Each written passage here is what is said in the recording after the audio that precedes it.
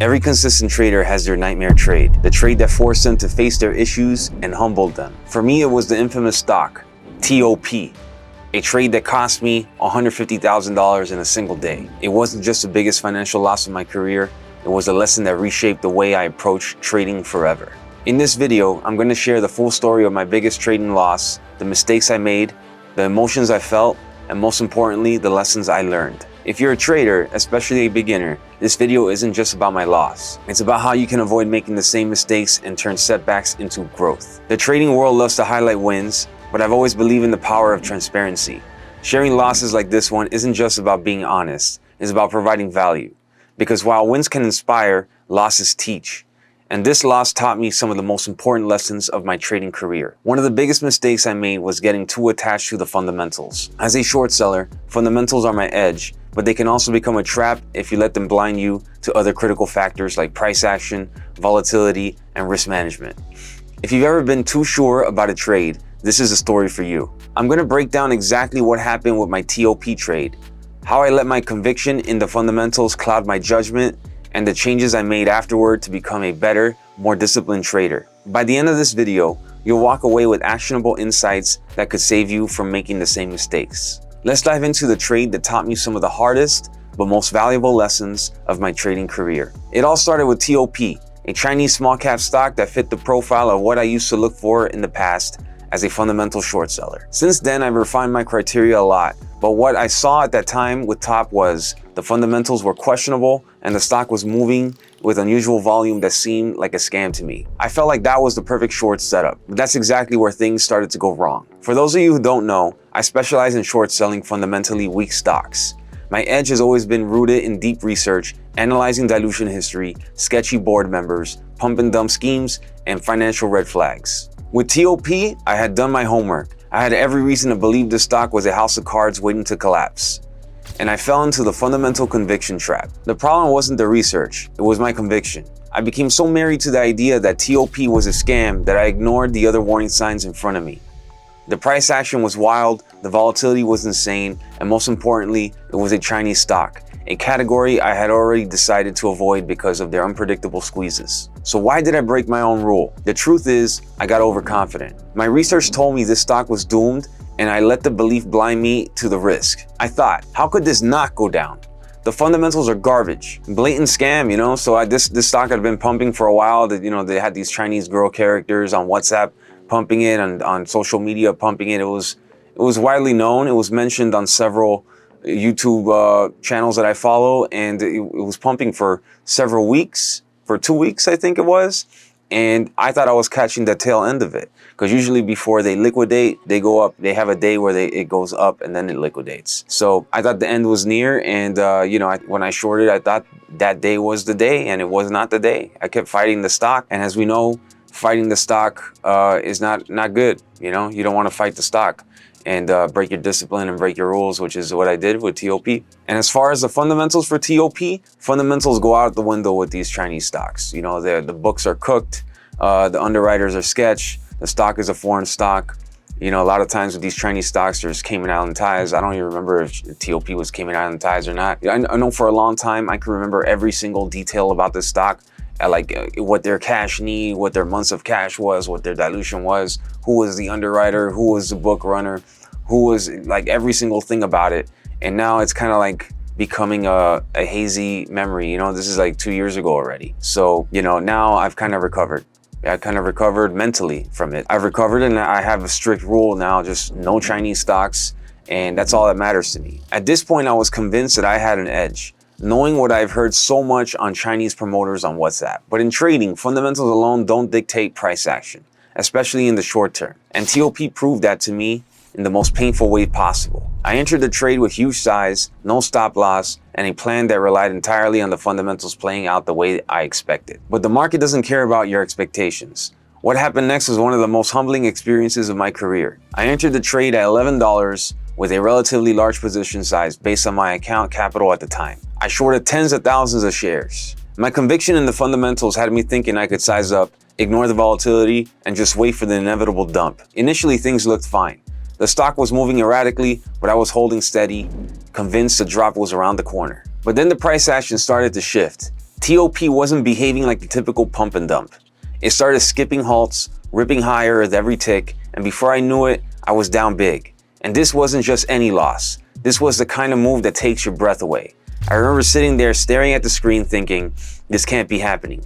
It's not supposed to go this way. At this point, I should have gotten out. I had no stop loss, which was my first critical mistake, and I was married to the idea that the fundamentals would save me. I held on, telling myself that the stock couldn't keep going up, that it had to come back down. But in trading, the market doesn't care about what has to happen. The market does what it wants. By the end of the trading day, TOP had hit $22 and I was down $150,000. That's when I finally made the decision to cut the trade. I closed my position right before the market closed, feeling completely defeated. And here's the kicker. After hours, the stock went absolutely ballistic, hitting 260. If I hadn't closed, I would have lost everything, maybe even more than I had in my account, owing my broker money. It could have been career ending. This wasn't just a bad trade, it was a series of bad decisions. No stop loss, too much size, breaking my own rule about avoiding Chinese stocks, and worst of all, getting married to the fundamentals and ignoring the price action. These are mistakes I preach against all the time, but in this moment, I let my confidence and conviction cloud my judgment. Losing 150 grand in one trade was devastating, but as painful as it was, it forced me to confront my flaws as a trader. And that's where the real growth happens, in the aftermath of a massive loss. What is your biggest trading loss? If you can relate to my experience, please give this video a free like. Now let me share with you the key lessons I took away from this experience and how it shaped me into a better, more disciplined trader. A $150,000 loss wasn't just a hit to my trading account. It's a hit to my confidence, mental capital, and even my identity as a trader. But losses like these, as painful as they are, come with inevitable lessons. They forced me to grow, to adapt, and to reassess everything I thought I knew. The first painful lesson for me was, fundamentals alone don't guarantee success. As a fundamental short seller, I've always placed heavy emphasis on research. I dig into SEC filings, look at a company's history, and expose scams for what they are. But here's the thing, the market doesn't always align with fundamentals, especially in the short term. With TOP, I was convinced that it was a scam and I ignored all the other factors telling me to stay away. The volatile price action, the nano float, the lack of liquidity, and the clear signs of a potential short squeeze. As traders, we need to respect the technicals, the price action, and the broader market conditions. Ignoring these can be disastrous, as I learned the hard way. The second lesson was, stick to your rules, no exceptions. Before TOP, I had already decided to avoid Chinese stocks. Why? Because I've seen them destroy too many traders, myself included, with outlier moves that defy logic. Yet in this trade, I broke my own rule. I told myself, this one is different. The fundamentals are too strong to ignore. That one exception cost me 6 figures. Rules exist for a reason.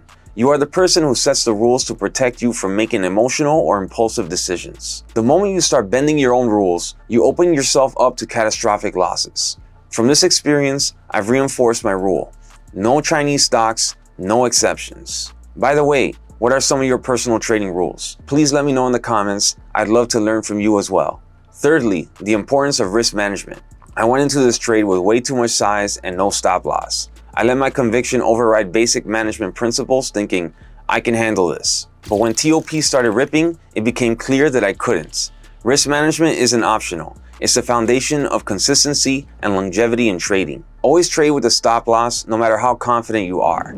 And size your positions in a way that protects your account from outlier moves. TOP taught me that even one bad trade can erase months or years of hard work if you're not managing your risk properly. Nowadays, I have a daily max stop loss with my broker, Cobra Trading. My broker will automatically flatten my position when my max daily losses hit. Cobra Trading is a very efficient broker for day traders who need to execute many entries and exits over a short period of time. It offers fast execution speed and special limit order rebates. This is how I managed to recycle my shares, getting in and out of a stock with smaller share size and still keeping my commissions low. If you are also shorting small cap stocks or looking for a reliable SIPC insured broker, you can use my exclusive sign-up deal to get Cobra Prime that comes with dilution tracker, trade idea scanner, and Ask Edgar AI SEC filings research tool. The fourth lesson learned is about the emotional discipline of a trader. From the initial confidence in my thesis to the panic as the stock squeezed higher, I was completely reactive.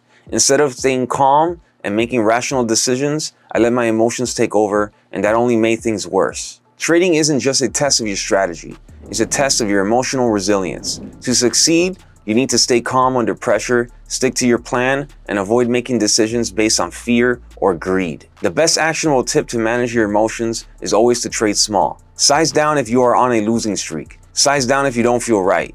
Size down if you see a setup that is not the most perfect but worth entering. Let's say you normally risk $100 per trade and are used to trading stocks that move 30 to 50 cents every minute. When you are seeing a stock that is more volatile than usual, moving more than $1 on the 1 minute time frame, but the chart is setting up the way you would want to see, just size down. Start with a smaller position that risks $50 per trade. Should you add more shares later, the price will confirm for you. Losses are part of trading, but they don't have to be the end of your journey.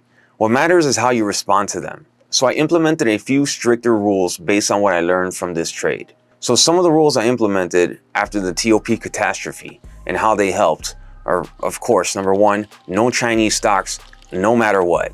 I don't care what anybody says. I know my experience with Chinese stocks. I had a loss on PETZ in 2021, $60,000. I had a $100,000 loss on FNGR in 2022. And then in April 2023, we have TOP, $150,000 loss.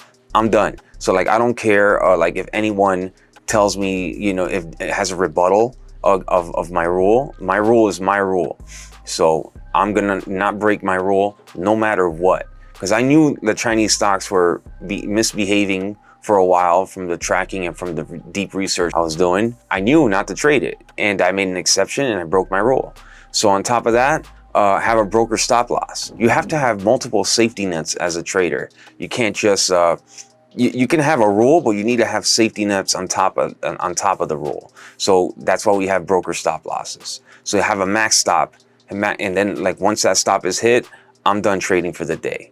That's the way I trade. If you are part of the Friendly Bear University, my day trading program, you know how much emphasis I put on risk management and all the stock selection criteria that I explained in our structured program. The link to my Friendly Bear University is in the description. Feel free to check it out if you're looking for advanced trading guidance, especially if you want to find an edge in small cap stock trading. So that was my biggest career loss in trading. If you enjoy learning with me, please subscribe to this channel for more realistic trading content. I appreciate a comment from you to share your thoughts, or a free like on this video to keep me motivated. I have other videos on my live trades and step-by-step trading tutorials.